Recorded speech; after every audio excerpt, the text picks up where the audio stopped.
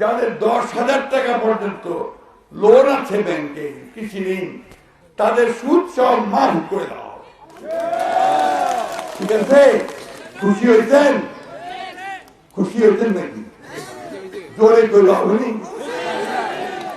আর মায়েদের আপনারা বেশিরভাগ সবাই কি করেন, কিস্তিতে আপনার এনজিওর কাছ থেকে ধার নেন, তাই না? টাকা নেন না, সময় মতো শোধ করা যায় না। আর তখন এনজিওর ভাইরা আছে খালি চাপাচামি করে, না পারলে মুরগিটা ছাগল ধরে যায়। ঠিক কিনা বলেন?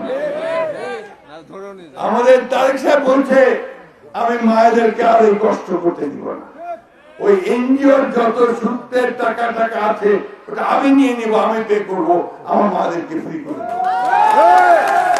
মায়েরা, এটা একটা যুগান্তকারী ঘটনা হবে এবং আমাদের দেশে অর্থনীতির পরিবর্তন হয়ে যাবে। আমি যদি ঋণ মুক্ত হই তাহলে আমার চেয়ে ভালো অবস্থায় কেউ থাকবে? আমি তখন ঠিকই ব্যবসা বাণিজ্য কৃষিতে মন দিতে পারবো, তাই না? আমাদের কথা হচ্ছে ভাই কাজে আমাদের পরিচয়, আমরা যেটা বলি সেটা করি।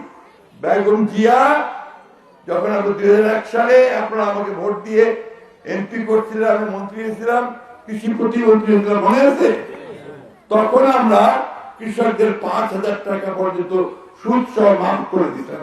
টাকার কথা ফর্ম আছে, আর 25 বিঘা পর্যন্ত খাজনা মাফ করে দিতাম, ঠিক না? এরপরে আমি এই ঠাকুরগাছে সেচের কারণে পানির জন্য বরেন্দ্র বহুমুখী প্রকল্প নিয়ে আসি, তাই না?